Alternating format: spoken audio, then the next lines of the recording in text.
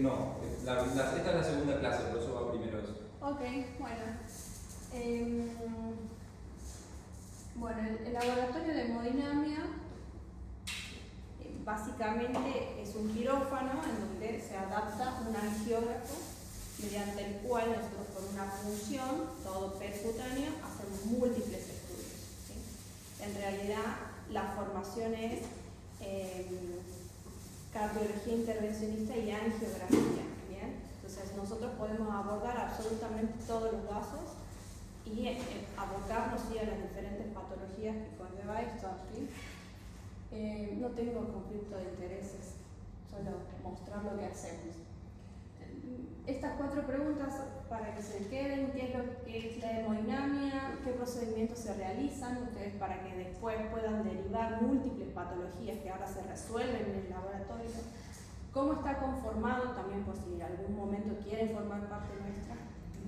¿Y qué equipamiento es necesario como para que ustedes también puedan dirigir desde la cardiología clínica a un lugar en donde tenga la adaptación y el equipamiento que se necesita para hacer estos estudios? Y tenemos que saber qué hay en el laboratorio o qué precisamos en el laboratorio de hemodinamia. Un poquito de historia, hacer mención que bueno, los padres de la radiofísica son la pareja Curie, que junto a Becquerel, bueno, estuvieron ahí pioneros en la radiología. Después, estos nombres, si quieren, para el cuadernito de notas, son personajes muy reconocidos a nivel mundial en cuanto a la medicina, si todos tuvieron premios Nobel. Tenemos que ir por primero el alemán, Werner Forssmann, que también hay un catéter que lleva su nombre. Él hizo el primer cateterismo en el 1929, cateterismo cardíaco. ¿Qué hacía él? Era un loco, ¿sí? Que estaba ahí metido en el quirófano, se disecó la cubital y se metió una sonda vesical y se dio cuenta que llegó a la cavidad cardíaca, lógicamente venoso, y se fue a la radiografía y sacó la radiografía y se dio cuenta que estaba intracavital. Ese es el urólogo. El urólogo, exacto. Después tenemos al Loco Dotter, que le dicen Loco Dotter. Él es radiólogo intervencionista y bueno, el resto, Sones y Crutzing son cardiólogos. Todos estos más o menos contemporáneos, menos Werner, sí es mucho más grande. Pero todos estos contemporáneos y locos por el intervencionismo que empezaron a hacer las angiografías, y a partir de las angiografías, por digamos intento y error, empezaron a descubrir cosas. Es así que al loco Dotter le decían el loco Charlie, porque el nombre es Charles Dotter, pero le decían el loco Charlie, le decían. Exacto. Le decían loco Charlie. Bueno, Dotter es uno de los pioneros junto a Judkins en la angioplastía periférica. Una paciente que le llegó al hospital con una isquemia arterial aguda, metió un alambre, le destapó la arteria y se dio cuenta que recuperaron el flujo. Entonces a partir de ahí empezaron con la primera angioplastia periférica en el 64. Mucho antes, la primera angiografía se hizo en el 58, cuando Mason Sons, igual Yankee en Estados Unidos, estaban haciendo una angiografía aórtica porque ya estaban estudiando para lo valvular. Entonces, por error, inyectan la coronaria derecha. ¿Sí? Entonces ahí se dan cuenta que podían hacer los cateterismos intracoronarios.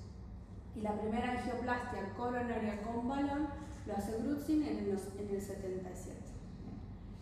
Casi 10 años después, en Francia, se hace la primera angioplastia coronaria con stent. El stent es nuestro. Por Palmas. ¿Bien? Palmas Sachs. Bien, y Albert Starr es el pionero en lo valvular. Él coloca la primera válvula jaula-balón en una mitral con una secuela reumática. La paciente evolucionó muy bien y bueno, después se murió por otra causa que no fue cardiovascular, a favor de nuestros trials. Se cae de una escalera a los 10 años. Entre los 10 y los 12 años se cae una escalera. Y la historia de Albert Starr es que era muy joven. A los 28 años se puso a trabajar con un ingeniero. El apellido del ingeniero es Edwards. Y el ingeniero, ¿qué pasó? Muchos de estos jóvenes tuvieron que ir a la guerra, a la Segunda Guerra. Entonces se pasaron 6 años en la guerra. Después volvieron y se empezaron a insertar laboralmente. Ese era Edward, ¿no? Y Starr, que tenía, imagínate, Starr tenía 28 y Edward le duplicaba casi en edad. Entonces Edward ya estaba trabajando en el hospital y Starr le dice, Edward estaba intentando crear un corazón artificial. Edward. Y Starr le dice, por eso por ahora no va a funcionar. ¿Por qué no trabajamos en una válvula para... lo que había intentos de implantes de desarrollo de válvulas, pero ¿qué pasaba? Se trombosaban todas. Entonces no había forma, no había anticoagulantes, etc. La cuestión es que crean esa válvula que estaba ahí, que era jaula-bola, entre los dos. Esa. Y había este paciente que estaba ahí, que estaba internado por insuficiencia cardíaca, lo intentaron dar de alta, lo reinternaron, no se podía ir. Estaba en clase funcional 4 en la terapia y Starr lo presenta en el Ateneo a la mañana, el Ateneo de todo el servicio. Como era nuevo, en el hospital recién había llegado, venía formado de cirugía cardiovascular, lo ningunearon para todos lados, que no, estaba recién ahí. La cuestión es que el paciente se descompensa a la tarde, se choca y entonces tarde dice, le voy a poner la válvula igual, si me echan, me echan. Y cuando 2 años de desarrollo, cuando le pone la válvula tenía 30 años. 30. Y dice, listo, si sale mal, Pato Gallareta, si sale mal me echan y termina mi carrera. Porque todo el Ateneo le dijo que no. Bueno, del Ateneo ustedes tienen. Y entonces va, lo opera al tipo, tarda unas 4 horas de cirugía y la cuestión es que el tipo sale bien. Evoluciona bien, al otro día es tubado.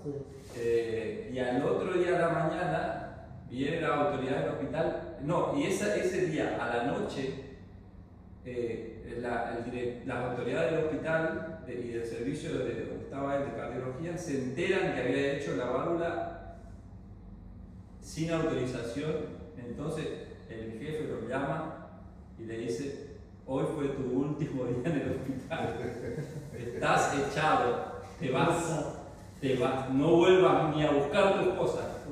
Ese día a la noche le dicen eso, le mandan a avisar. Al otro día a la mañana, él ni va al hospital porque lo habían echado. Y a las 9 de la mañana caen los reporteros del New York Times al hospital porque se había corrido la bola de que se había hecho la primera cirugía cardíaca, el primer implante exitoso, porque todos los otros se habían muerto, de válvula. Y ahí lo empezaban a buscar a este que ni no fue al hospital.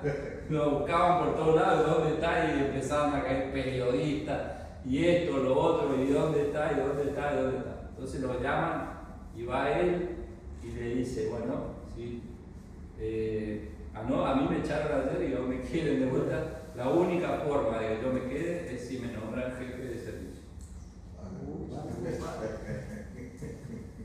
Y ahí le dijeron, el jefe se jubila y quedás vos como jefe. Y lo jubilaron ese día y él a partir de ahí fue jefe. Bueno, esa es la historia resumida de Starr. Y después Edward se puso la empresa. Sí, claro, igual siguieron socios. Edward desarrolló un montón de cosas, ¿no? Pero y esa jaula bola es récord. Hasta el día de hoy hay pacientes que tienen esa válvula. ¿Cómo? Pero tiene que ser con una circulación extracorpórea. Esa época no había. Sí. Ya se operando no la bomba que habían ahora, no, pero se estaba operando con cirugía abierta. ¿Eso qué año es todo esto? ¿Cuánto fue? ¿50? 50. 56. Encima, en esa época, decirle desobedecer a los profesores. Claro, no, en esa época. Olvidate, pero lo echaron porque le dijeron ni venga a buscar tus cosas, ni venga a buscar tus cosas. Bueno, y así el intervencionismo fue avanzando desde el 29 hasta ahora. Y ahora tenemos múltiples dispositivos, desde los stents, hay stents intracoronarios, balones, está la parte de estructural, que se divide, digamos, en lo valvular y en las comunicaciones, ahí están los cierres los dispositivos de cierre de comunicaciones de CIA, de foramen, también están los dispositivos para embolizar, los coils, los plugs. Bien, entonces es un universo paralelo el tema del intervencionismo. Entonces la idea es que nosotros estemos a la par del avance y siempre en conocimiento y amigados con la industria como para siempre poder dar una opción más al paciente. O sea que la tendencia ahora es ser mínimamente invasivo, ¿sí? Antes se tenía esta opción como para los pacientes que eran muy alto riesgo quirúrgico, como altas chances de morir en intraquirófano, entonces se acudía a lo percutáneo. Ahora es al revés, ¿bien? La tendencia es mínimamente invasivo, no ser tan cruentos, y hay una gama amplia de resolver diferentes patologías, isquémicas, estructurales, periféricas, cerebrales, esplénicas, o sea, arterias y venas, ambos se resuelve ahora por percutáneo. Bien, nos abocamos al quirófano, al lugar del laboratorio de hemodinamia, donde ese es el equipo. Lógicamente hubo una evolución, ¿no? De ser un arco en C, ahora es todo un angiógrafo digital. Tiene el tubo, que es este de acá abajo, el tubo de rayos X, el intensificador de imagen, que es este de acá arriba, la camilla, que es móvil, los monitores, el tablero de comandos, que generalmente está en la parte de atrás o del costado, que está aislado con placas de plomo y vidrio, el que sería el workstation, ¿no? Donde nos ubicamos el técnico o el médico de backup para dar las indicaciones. Y estos son un par de equipos anteriores. Hoy por hoy los equipos ya tienen un software igual que el tomógrafo, en el cual se pueden hacer múltiples adhesiones al estudio, se pueden hacer mapping, se pueden hacer reconstrucción 3D. Ya el arco no es más estático, sino es giratorio. Entonces la evolución en cuanto a la industria es, digamos, muy avanzada y constantemente. Este es el intensificador, este es el intensificador del otro tubo. Bueno, el intensificador de imágenes aprovecha el 40% de la información original, intervención de muchos elementos a la hora de manejar la imagen. El técnico tiene la potestad o digamos, puede elegir si aumentar la calidad o disminuir dependiendo del estudio y la patología del paciente, lo que el operador quiera ver, ¿sí? Y el plano digital, que sería el flat panel, aprovecha el 80%. Lo mismo, uno puede elegir si la calidad de la imagen, por ejemplo, si sabemos que es un paciente que va a tener coronarias normales, nosotros bajamos la intensidad, la radiación y el tiempo también, y elegimos las vistas como para estar menos expuestos a la radiación. Todo eso ya lo vamos pensando desde la anamnesis del paciente. ¿Bien?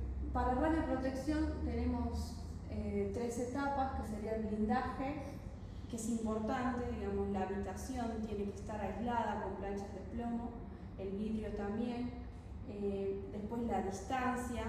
Esto hay que tener muy en cuenta siempre que ustedes estén acompañando al paciente o por ahí ya como intervencionistas, tener en cuenta que a más distancia del tubo la radiación se dispersa más y es menos la recepción. Bien, por ahí si ustedes tienen que acompañar al paciente siempre colóquense lo más lejos posible del tubo y del paciente. Bien. Y el tiempo de exposición, que también es muy importante. Bien, si uno hace una planificación previa, tanto la anamnesis del paciente, prepara la patología y se sabe lo que se va a hacer, si es muy ordenado, la optimización del tiempo es, digamos, estable. Uno puede manejar los tiempos según la planificación que haga y así tener menos tiempo de exposición. Bien. Ahora vamos a ver cuántos son los miligrays acumulados. Los elementos de protección en cuanto al blindaje son el chaleco plomado, el protector tiroideo, los lentes plomados, el dosímetro personal es importante, que generalmente es dual, son dos, y la pantalla y cortina plomada, que siempre van a ver que hay como una pantalla giratoria arriba y una pollera abajo, eso es importante para cubrir. Nosotros estuvimos en un análisis hace 2 años de radiofísica, ¿sí? Porque nos venían mal los dosímetros. Entonces, si nosotros ponemos el protector de pantalla y la falda bien ubicados y nosotros bien de costado al paciente y ponemos las vistas o la ubicación correcta, no tenemos exposición a radiación, literal. 0. Entonces es muy importante el uso de la protección. Por eso la evolución de los equipos. Bien, ahora los equipos cada vez se reduce más el FLAR para poder tener más definición en la imagen y la protección está siempre y todos los equipos las tienen incorporadas, no son como los de antes que no las tenían. Entonces es necesario. Y ponerle, lo decía la literatura, pero lo comprobamos nosotros con los biofísicos. ¿Bien? Entonces este es el material, los lentes plomados, hay que aclarar que tiene que tener la protección lateral, porque no nos olvidemos que la radiación es dispersante. ¿Bien? Entonces todo lateral, el cuello tiene que proteger parte de acá de la horquilla esternal. El mejor chaleco es de las dos, el dual, el que tiene el chaleco y la falda para la mejor distribución del peso. ¿Sí? Y no nos olvidemos que si ustedes se van a dedicar a esto, protegerse es indispensable, pero cuidarse también, digamos, es muy pesado. Igual cada vez hay el material, el material, por ejemplo, el mismo de cobalto, que es más liviano, entonces eso también está evolucionando.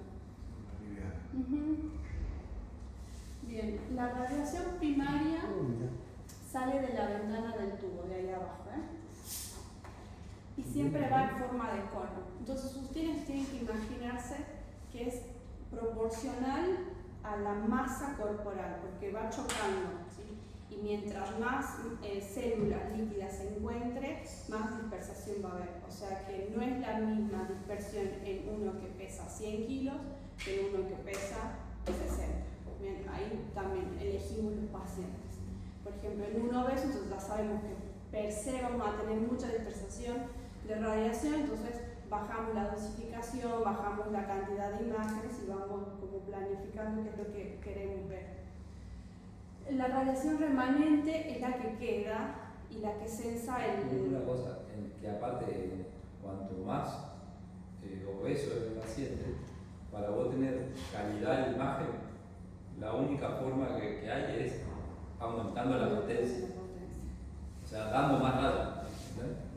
O sea, el volumen, el peso del paciente es directamente proporcional a la cantidad de rayos que va a necesitar para obtener calidad de imagen. No hay forma. Porque si es muy gordo, se ve todo como viste cuando prendés la tele vieja, esa que hacía todo así, se empieza a ver como una lluvia. Entonces, para mejorar esa lluvia, aumentar la dosis. En cambio, si es flaquito, es menos dosis, porque obviamente la recepción es mayor. ¿Tá? Y Y obviamente al darle más dosis, tenés más radiación dispersa, porque más masa tiene el paciente. Bien, y la radiación secundaria dispersa es la que va a interactuar, o sea que al rebotar nos llega a nosotros y en nosotros sigue rebotando y dispersándose. ¿Por cuánto tiempo queda más o menos sin el Igual. lugar o el sitio metal? Queda un tiempito y después se disipa. Pero en el cuerpo que pega, queda para siempre.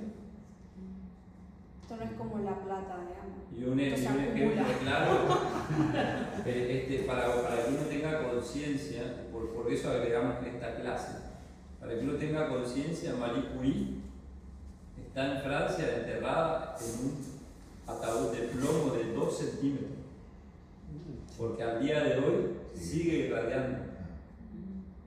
Y todos los apuntes están todos bajo plomo porque siguen todos irradiando al día de hoy. Entonces la radiación que te toca te queda en el cuerpo y no se te va por nada, ya para siempre. Y esta clase la agregamos porque es muy importante, porque por ahí ustedes o van a ir a entrar al quirófano, o van a entrar a la sala de hemodinamia, algún día si hay un paciente van a tener que acompañarlo a la sala y tienen que estar pensando en todo esto. El gordito, acá va más radiación, me alejo, me acerco, me pongo el chaleco, ¿qué chaleco me conviene más? Todo eso le va a estar explicando la doctora. Por eso agregamos esta clase. Y porque la radiación no se ve, Claro. no la ves, no hay nada que te haga prender una luz y decir, ojo, esto es un veneno. Es un veneno que uno no lo ve. ¿Y qué Hay pasa que si no- tener conciencia de eso. ¿Y qué pasa si no se protege? ¿Eh? Ahora llegamos a eso. Esto es para que se despierte. Bueno, entonces, esa imagen del dibujo, quédensela porque es impactante la manera en que se impacta. ¿Bien? La hueva. Y Y entonces hay que protegerse. ¿Bien? Bien, y esto era lo que les decía, que la distancia de la fuente de radiación, la intensidad de la radiación disminuye mientras se va dispersando. Bien, o sea, mientras ustedes más lejos estén, va a llegar menos. ¿Sí? ¿Cómo se mide la radiación? ¿Sí? Las unidades son la Sievert, que es un equivalente a los Gray. ¿Sí? Se dice que un Sievert es igual a un Gray y la dosis máxima anual es de 20 milisieverts. ¿Sí? Ese número, quédenselo acá porque por ahí si hacen igual medicina nuclear, es lo mismo. ¿Bien? Sí, o si le llega a un paciente una quemadura, tiene que estar pensando que tuvo mucha radiación. O si viene un paciente que fue a cateterismo, tienen que pensar que ese paciente recibió mucha radiación. Es inevitable. Entonces, y también los dosímetros. Los dosímetros, yo iba a preguntar. Nosotros, por ejemplo, la lectura es de 0,5 por mes, un ¿Cada cuánto por los mes. mensual? Mensual. Mensual. Y los dosímetros son dos. Uno que va a la altura del cuello y otro que va por fuera, para medir la dosis que ingresa al organismo para los órganos macizos y el otro a la piel y al cristalino. Bien, es importante. Bien, la dosis equivalente es igual a la absorbida del órgano o el tejido. ¿Sí? Porque hay una absorción tisular que es diferente a la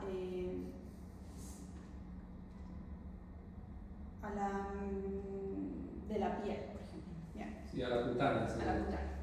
Sí, o sea, una cosa es la piel, que es directa, ¿viste? Y otra cosa es la tisular. Obviamente, a medida que va pasando la profundidad, el efecto es menor. O sea, puede tener una quemadura de la piel y no tisular. Pero a medida que se sostiene la radiación, afecta más profundamente. Entonces, para ojos, piel, manos, el dosímetro va afuera. ¿Sí? Y para todo lo que es el cuerpo, va por debajo del plomado o entre los hombros. Y para las mujeres que están en edad fértil, a la altura del útero, en la pollera. todo esto, si hace una planificación familiar, ¿no? Porque igualmente la protección debería garantizar de todas maneras que no nos estamos irradiando. Bien, entonces, ¿qué no debemos hacer? Bueno, ponernos el chaleco al revés, por ejemplo, fijarnos. Tienen que fijarse que la parte de adelante tiene que estar cubierta, porque a veces uno desconoce el laboratorio y se pone el chaleco al revés. A veces son las dos partes y se pone la abertura para atrás. ¿Bien? No, si la abertura tiene que ir cruzada, ¿sí? Y si son los enterizos, adelante tiene que estar todo cubierto. Dejarlo en la sala de rayos expuestos a la radiación, error, ¿sí? Acuérdense que igual impacta. Entonces, todo el material que no se va a usar, sacarlo de la sala. El dosímetro también es importante sacarlo porque el personal que trabaja con radiación estamos sujetos a estas dosificaciones mensuales y nos pueden suspender por estos errores. Suspender en el sentido de que nos están cuidando, ¿no? Sí, Si nos sí. vienen altos no podemos entrar a la Ya sala. superaste el máximo. Exactamente. Lo de los dosímetros es muy importante guardarlo, porque una vez me llamaron, me dice, no, hay un médico, usted le vamos a clausurar la sala porque mandamos la información al ministerio porque tuvo una dosis equivalente a 10 años de radiación. ¿Qué? Yo no podía creer, no sabía qué pasó. Empecé a mirar, todo lo tenía normal, que no podía hacer. El dosímetro se había caído en la sala y quedó ahí. Y una chica que quedó ahí todo el mes. Entonces tuvo radiación directa de todos los procedimientos, de todos los cateterismos, de todo lo que se hizo de todo el mes. Y una que limpia juntó y lo mandó. ¿Entendés? Entonces la radiación era equivalente a 10 años que había tenido. Entonces hubo que hacer una nota y demás y avisar. Sí, hay que tener en cuenta que hay entes reguladores de las salas, ¿sí? O sea, están regulados por el ministerio, que nos hacen hacer cursos, actualizaciones, y que la sala esté acreditada y en condiciones para la radioprotección, ¿sí? O sea, no es una sala cualquiera, o no debería ser en realidad. La mayor parte, esto que se quede en su cabeza, la mayor fuente de radiación es el paciente, porque es el dispersador, ¿sí? Entonces, siempre alejados del paciente si no estamos interviniendo y si estamos de apoyo lejos, ¿sí? Y la radiación que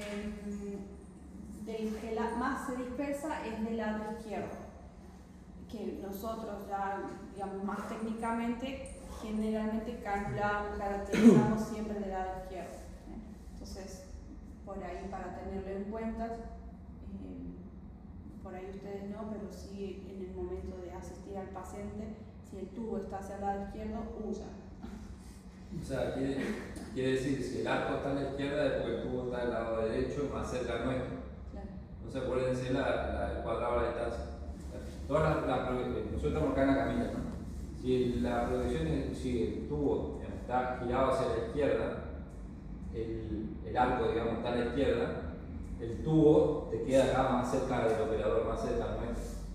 ¿Sí? Entonces es la que más irradia al operador. ¿Tá? Si el tubo es del lado derecho, si el arco está girado a la derecha, el tubo está más lejos. Entonces acuérdense del cuadrado de la distancia. Y siempre que van a hacer monitoreo o algo de traumatología que usan los arcos C, pónganse lo más lejos posible.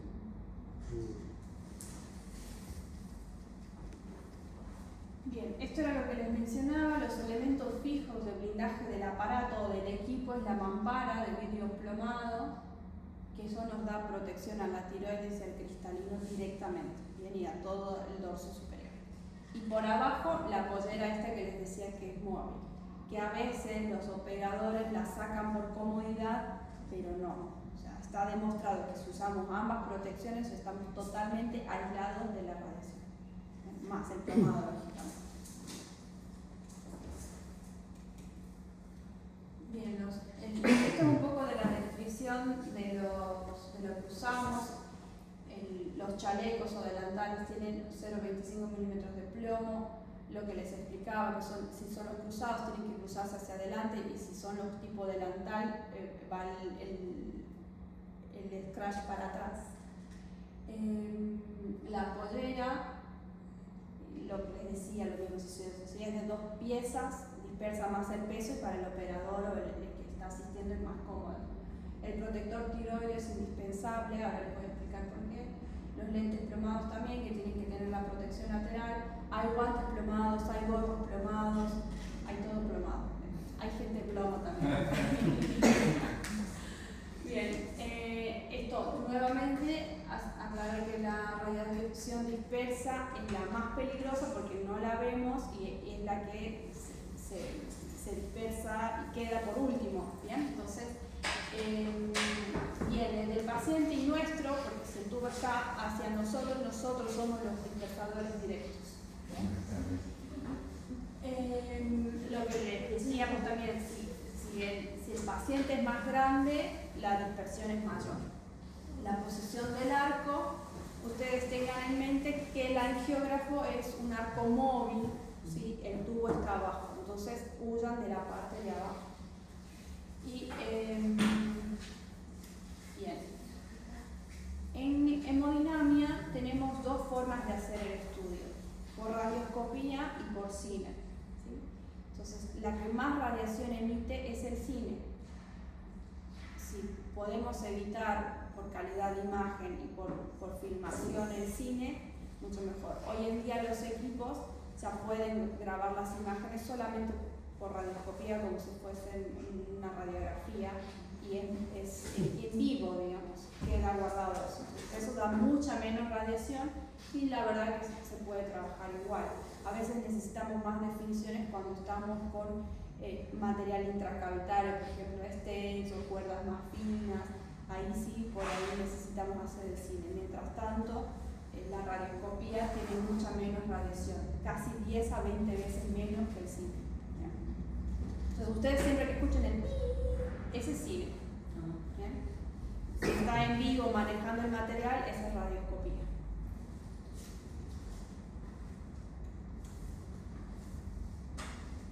Bien, esta es la parte que a ustedes les interesa y por ahí lo que más les tiene que quedar. Tenemos afectaciones determinísticas o tisular, que son las orgánicas, y la estocástica, que es la más grave. ¿Bien? Dentro de la determinística tenemos los órganos radiosensibles, que son las gónadas, la médula ósea, el tejido linfóide, el vaso, el epitelio de las vías digestivas. ¿Bien? Los más radioactivos por el concentrado de celular, más y agua, sería la piel, vasos sanguíneos, glándulas salivales, hueso y córnea. ¿Bien?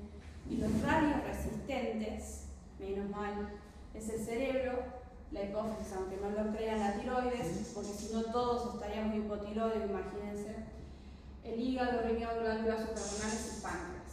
¿Qué afecciones generales pueden haber? Disfunciones, ¿sí? O stops, por ejemplo, un stop medular, baja de elementos formes de la sangre, pérdida de pelo, ¿sí? Si es estos efectos en la piel.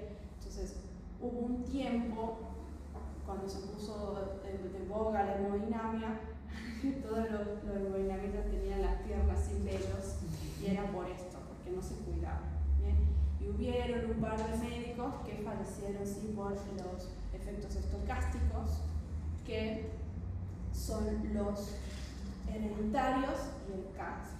¿Bien? O sea, que el más temido es esto. Y este no es proporcional a al tiempo de exposición. O sea, si aparece, apareció. ¿Bien?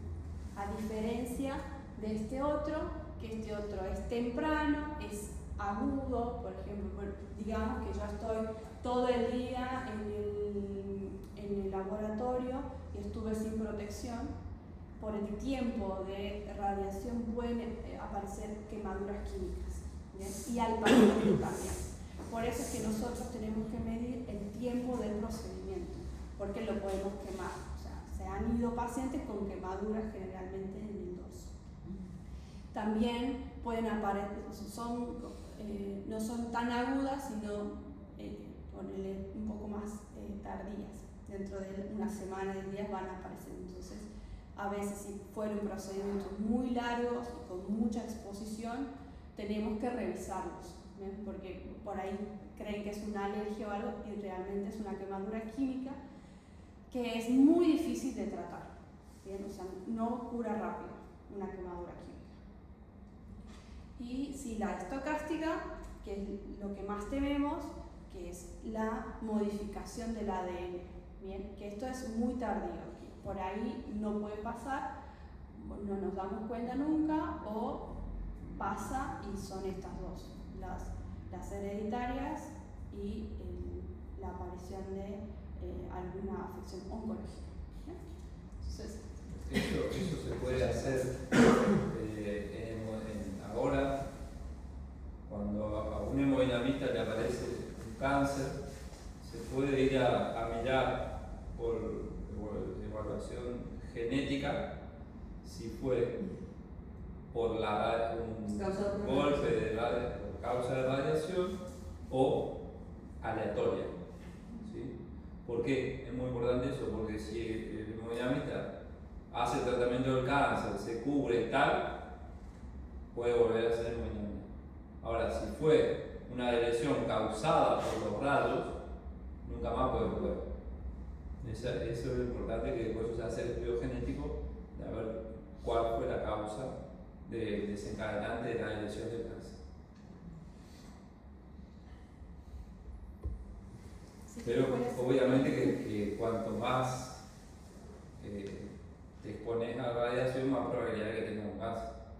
Más, hay un trabajo que se hizo en Alemania, que los hemodinamistas tenían más probabilidad de tener cáncer cerebral del lóbulo frontal izquierdo, porque ahí es donde te pega la radiación. Entonces, a partir de ahí empezamos a usar